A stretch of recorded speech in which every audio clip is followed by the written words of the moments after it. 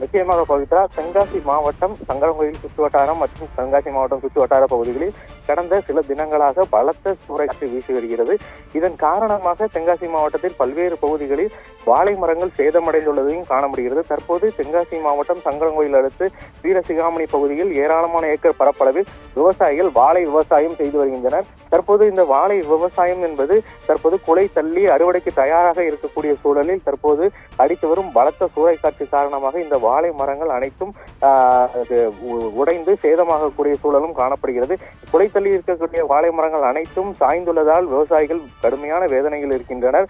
தற்போது அறுவடை கால நேரத்தில் இவ்வாறான காற்று விவசாயிகளை பாதிக்கும் வண்ணம் இருந்ததால் மேலும் இதில் விவசாயத்தை பொறுத்தவரை மரம் ஒன்றுக்கு 700 ரூபாய் வரை செலவு செய்துள்ளனர். அந்த வகையில் ஏக்கருக்கு ரூபாய் 1 லட்சம் வரை செலவு செய்துள்ள நிலையில் இதனை முதலீடுகள் அனைத்தும் நஷ்டமாக இருக்கக்கூடிய சூழ்நிலையிலும் காணப்படுகிறது. எனவே மாவட்ட நிர்வாகம் கீழே சாய்ந்துள்ள விவசாய மரங்களை கணக்கிட்டு அதற்கான உரிய நிவாரணங்களை வழங்க வேண்டும் என்றும் இப்பகுதியில் சேர்ந்த விவசாயிகள் கோரிக்கை விடுத்துள்ளனர். பவித்ரா.